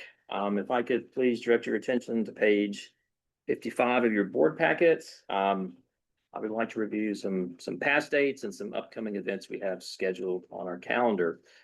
So we just recently wrapped up our 4 roundtable discussion meetings that were held at Shuttle Park South. We also completed our Caravan November committee meeting. As we just discussed, we had our exciting 130th anniversary. And thank you, Doug, for stealing my thunder on the incline bus, because that was my whole presentation. So we do have a newly wrapped bus outside. It just got finished up yesterday, so we're very excited to get that out on the streets. Coming up on December 3rd, we have our Riders Advisory Committee meeting, which will be held at the downtown library. Our executive committee meeting, which will be here in the boardroom, happens on December the 4th. On December the 6th is the Main Times 24 parade, which we do plan on having the newly wrapped incline bus at the parade. And if I could skip back, I did want to mention that we just launched our Kids Ride Free program with the incline, and also the adult and kids annual passes are on sale. Starting on December the 7th and lasting through the 11th, so that's Sunday through Thursday, we're going to be collecting food for the News Channel 3 Share Your Christmas Food Drive. So we'll be collecting food for those 5 days on all the vehicles we have. So basically how that works for the fixed route is 1 can of food gets you 1 free ride, and then you'll have to bring another can food to get back on the second round trip. So 5 days. So we broke the record last year at the food drive. So our goal this year is to break that 2,000-pound food drive this year. My goal is 5,000 pounds. So we're going to need your help to get to that goal. I have not talked to Mr. Frazier about my goal, but I think we can do it. Yeah. And then on that Friday, December 12th, we'll load the food up in the bus and then take that down to the food bank and pass that off. December the 15th, we'll have our CARTA lunch here in the maintenance break room. So everybody's invited, please attend. And then our December board meeting will be on December the 18th. And then Christmas is December the 25th, and we'll be closed for that day. I'm happy to answer any questions. T-shirts. Leftover t-shirts from the incline? Elf t-shirts. Elf t-shirts, yes. Yes, I do need your sizes before you leave today. If you could email those to me, or you can tell me today would be great. Yeah. And for the main 24, is like a theme for. So I wouldn't say, so it's gonna be the incline theme, and I think what the story is that it was almost a year ago today is when the fire happened and it shut down. On So that day. on Main Times 24. So we're launching. December 7th. Yeah, so we're launching the new incline bus almost exactly a year later. And It's the we'll Rise of roll the it out. Phoenix. That's right, Rise of the Phoenix. Good nerves. We're dressed like firefighters. Day of infamy. Well, we would invite any of the board members, and all of our employees, of course, are invited to, the Main by 24 parade. It's a lot of fun. You're welcome to deliver the food with us when we deliver the food. These are all, it's good news stuff, and we enjoy the opportunity to do it. So you're What welcome. time does that Main 24 start? Starts in the morning, I think around 9 or 10 o'clock in the morning. Yeah. The bus is lined up at 6 or 7 a.m. It's early. We went to stage it. But the parade is like. Yeah. That's right. But it's 24 hours. Yep. That is so fun. And you'll get to see- get to the Charles Dance, because I got to rush. We have a good playlist. Now, will we have some CARTA employees Yeah. out there Walking down the parade, That's what okay, it- and passing out candy or throwing whatever. Yeah, so we have, well, of course, we invite all of our employees. We'd really like to get a good showing. We have videos from last year playing in the operators lounge now to kind of get people excited. But yeah, we want the more the merrier. So all the board members are welcome to join, all of our employees. We have a big speaker that we put on the front of the bus. We got some good tunes. So it'll be a fun day. Corey, quick question for you. Based on your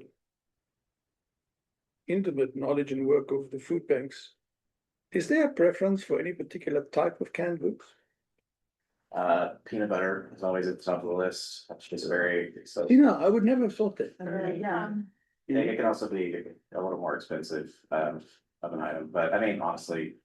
Anything, the Food Bank website does have a list of most preferred items, if anybody wants to check that out. I'll also say, it was my intent to kind of pressure Carta to go a little harder, and I didn't even have to. I just learned about this an extra couple of days. Peanut butter. It's Yes. because I'm sure everybody knows that the food system has really struggled these last couple of weeks. So this will be a huge impact, and I'm looking forward to those 5,000. Alternative paper. Yeah, all right, very good. Thank you, Brandon. Thank you. Much appreciated. Colleagues, is there anything anybody needs to or wishes to raise under old business? We need to revisit? Any new business? I have one comment, as new business, and I don't wanna end the meeting in this tone, but, I know that the ICE activity in the community is increasing and it's not in the news. Because it's not like, the actions that they're doing in Georgia or Nashville with the raids. So, it's not a question, or I'm not expecting like a substantial answer, but like. Our drivers or the team has like, don't know about protocols or what to say in case. It's a situation that they found itself with another bus, because they operate, just park a bus and start putting people in it. And East Ridge already seeing a lot of movement in that, so people are not leaving their houses, not even to pick up the kids from the corners. Howard High School dropped 200 students, I'm not showing up for class. So it's some movement, and it's not being, we don't know about it until like you have to ask the organizations that are facing that. So one, to raise that question, and the other, it's a network that in case that happened, you can be part of, so because when it happens, the 72 hours are the most important ones. Anyway, so there's a lot of that can be done, and not to put pressure in the organization, but also like just to be informed in case, they are witness. It's also like a legal part of that, if they get involved, so just put it in the radar of Carta, what is happening, for part of our community. Thank you, Director Peterson. And what I'll say is, we had not, so we have a standard protocol for all types of engagements in the public right of way. And typically what that is that we, direct the bus operators. They're kind of in charge of their domain. When they need assistance, it's escalated to supervisors and management. That stays in practice. But what I'm hearing you say is an extra amount of notification, so situational awareness. Yeah. For our employees to be aware, and we will absolutely do that. We will take care of that today and tomorrow to get those words out, and I'll make sure that our union partners understand, and we'll get some talking points out for everybody about our role in how we would deal with these types of situations. So thank you for that. So I think I would just comment to that then. Is that situational awareness is good. It's good to be well informed. But I would also expect that Carta as an organization and executed by our teams and employees is also always ensuring that we comply with the law. And I think part of that is the understanding that that's not happening on the other end of the equation, so that we have the awareness of what the law is. So if there are folks impeding on that law, that we hold our ground steady of, no, this is private property when it is, and these are our employees, or these are our folks visiting our places of work, or whatever it is. So that, yes, we are absolutely compliant, but we're holding other folks accountable to that as well. And it goes, I don't know, like, my experience. As an immigrant person, that I'm a citizen, when I'm out in the community, like 2 weeks ago, I was in Florida where ICE is more active. I connected with our legal person, our lawyer, so she was aware that I was out. Because in the moment that they take you, they are not gonna check my status. They're just taking it, and then they check because it's how you look or how you sound. So it's like, it's, yes, the legal aspect, but also to, I don't know, the makeup of Carta, to make sure that everyone feels safe too, like what happened if by mistake they take you, what to do. So it's like, it can be like, yes, the public, but also like our people, so how. And then if you witness something that you can't, it's like a trauma component too, like that you are not able to do anything. So it's various, I think, they're very complex, but yes, it's an always like many things. Danielle, it is a very complex situation, and therefore, I think, you know, there's no challenge to any comment that has been made around this topic. But because it is so complex, I would also just caution that we need to ensure that Carter doesn't become embroiled in a political minefield. It's a very polarizing topic. And the more neutral we can remain, I think the more sustainable our position is in the long term. Because much like our conversation earlier about our incline project, you'll find friends and enemies on any topic, you know. I'm not asking for a statement or a political statement, it's like the protocol of like, if one of our drivers sees something, what to do.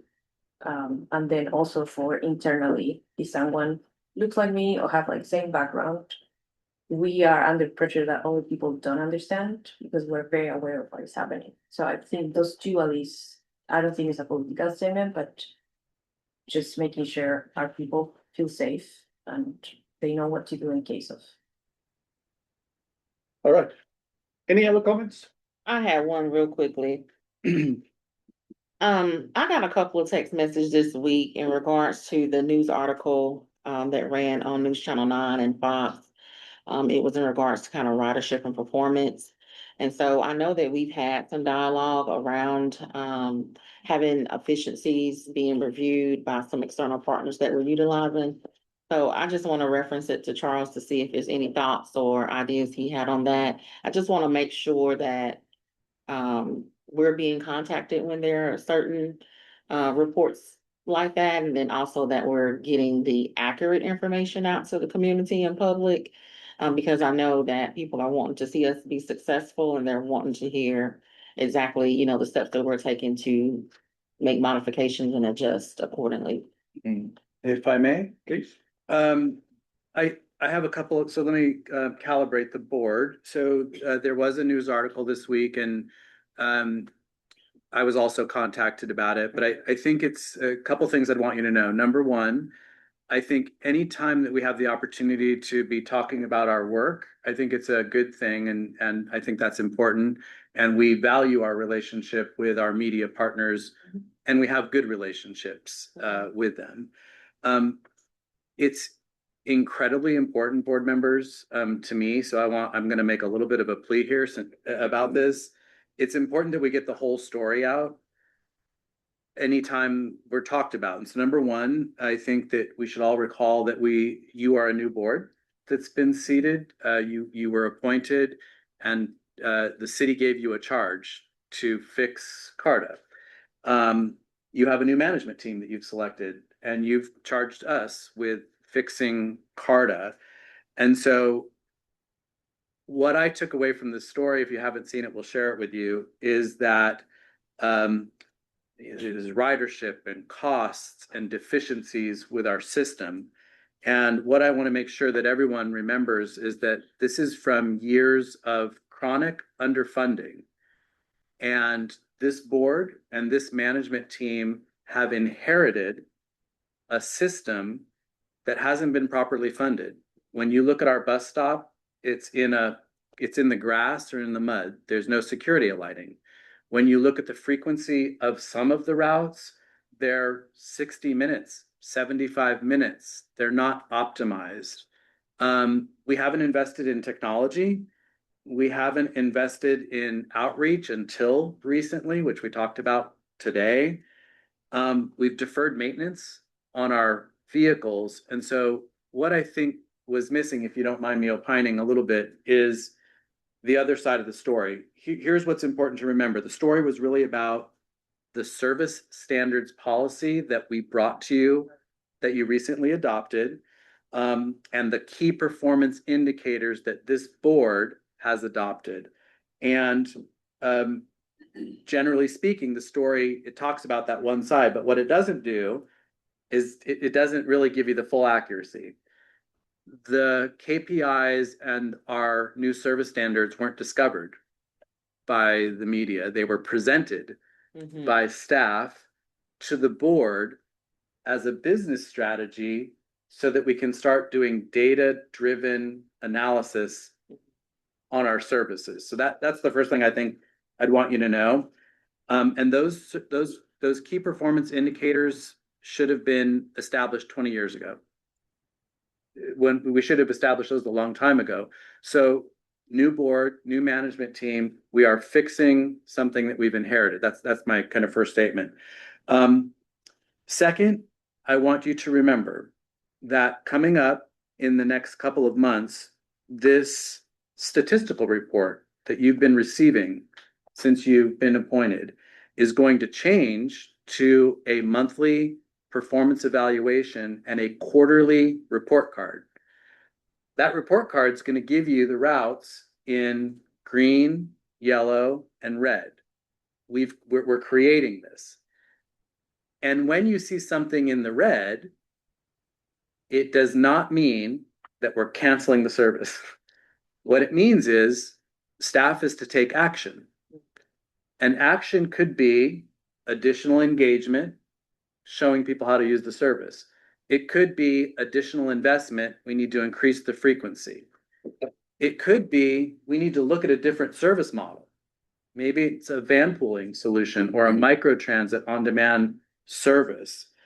And so I think what you're referring to, I guess, is that what the story showed was that there was a Route 28 and it was an empty bus. And this is the result of the situation that we've inherited. What I wish had been in the story was the contrast, which is Route 4, which is properly resourced.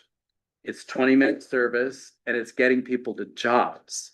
And so I guess, Secretary Reeves, what I would ask all of us to do is just as all of us are engaged, you'll be interviewed, I'll be interviewed.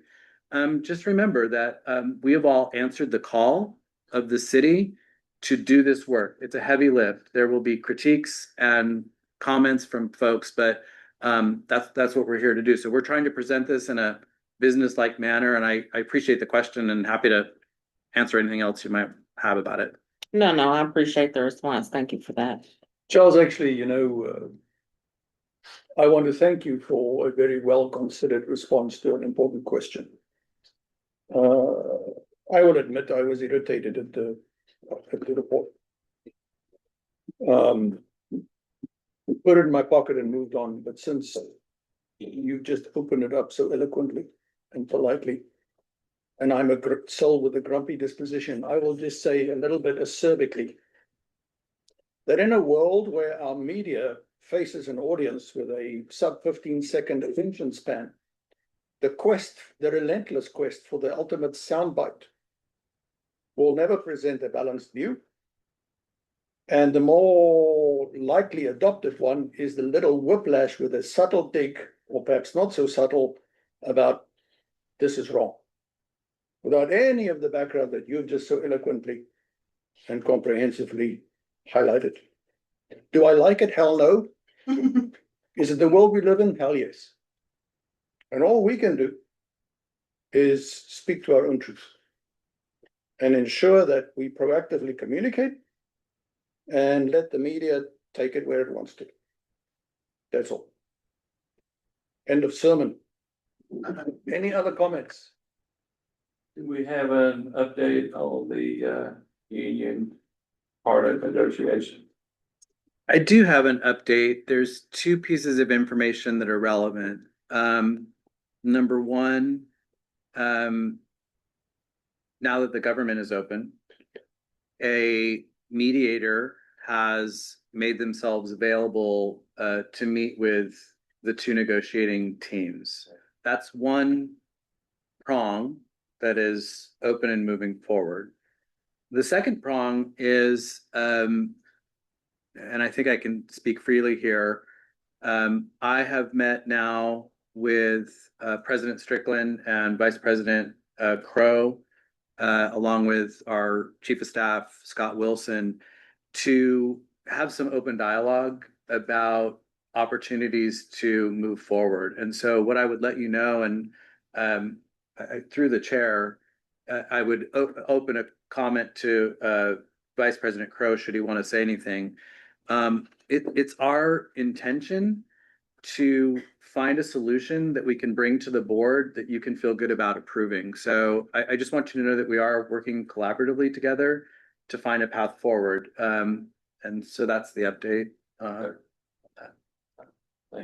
I would say, first of all, I want to know how the board feels about how negotiations are going. So we haven't really heard anything from this board about negotiations. We are trying to, of course, get a rate higher than 3%. And I don't know if you're aware of the insurance costs going up on our employees by 7%. We cannot just take this 3%. So whatever has to happen, where we gotta save money, we gotta find a way to get our employees the pay that they deserve and that they need to keep with inflation.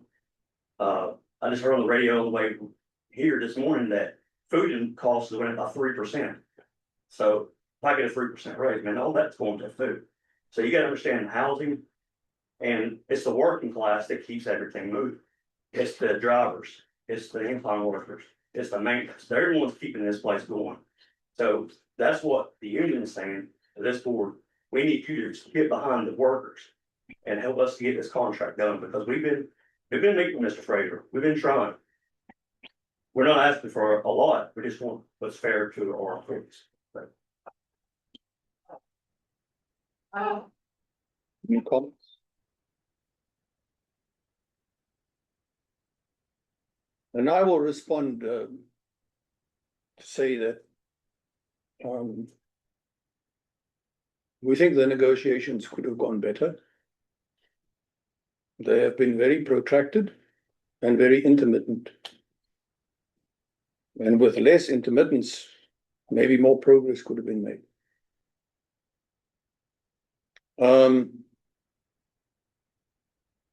The factoids that you mentioned about inflation and cost increases are certainly well known and experienced by all people in the country.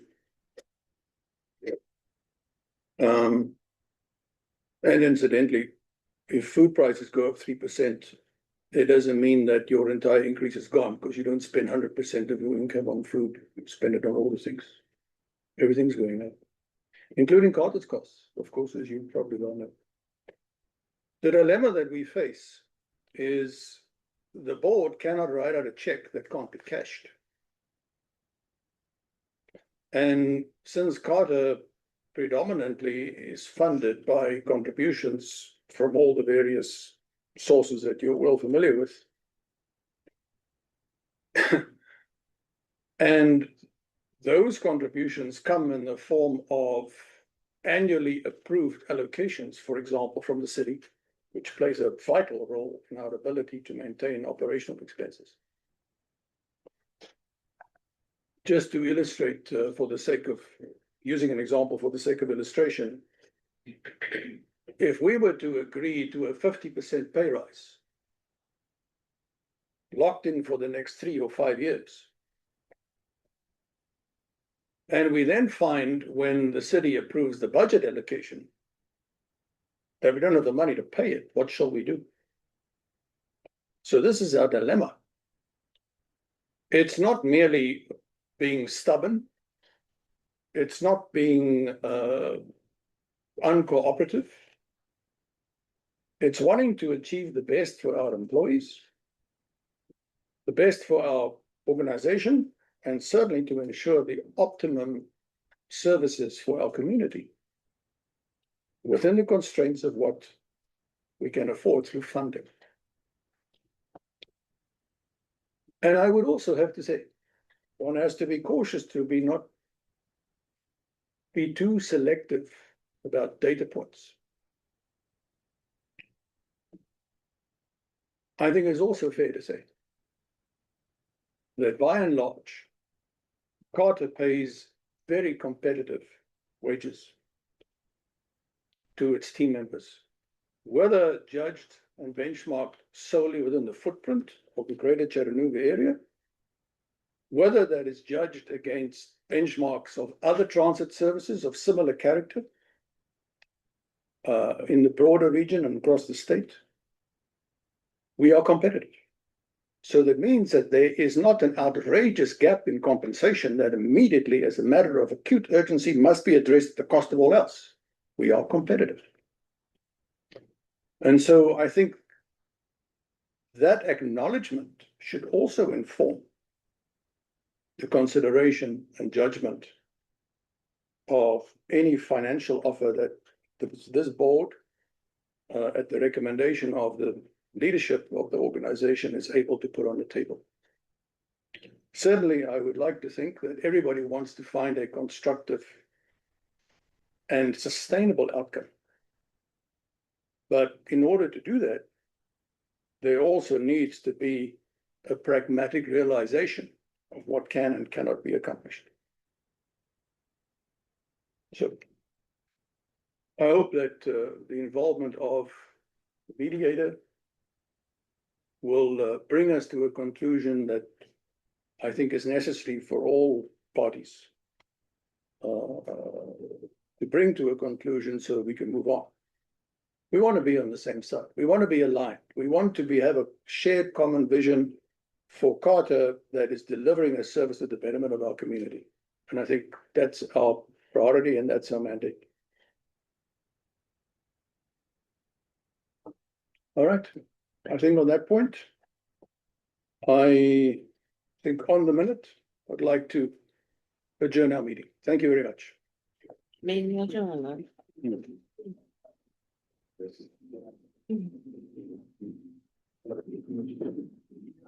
Thank you so much. Will we be on?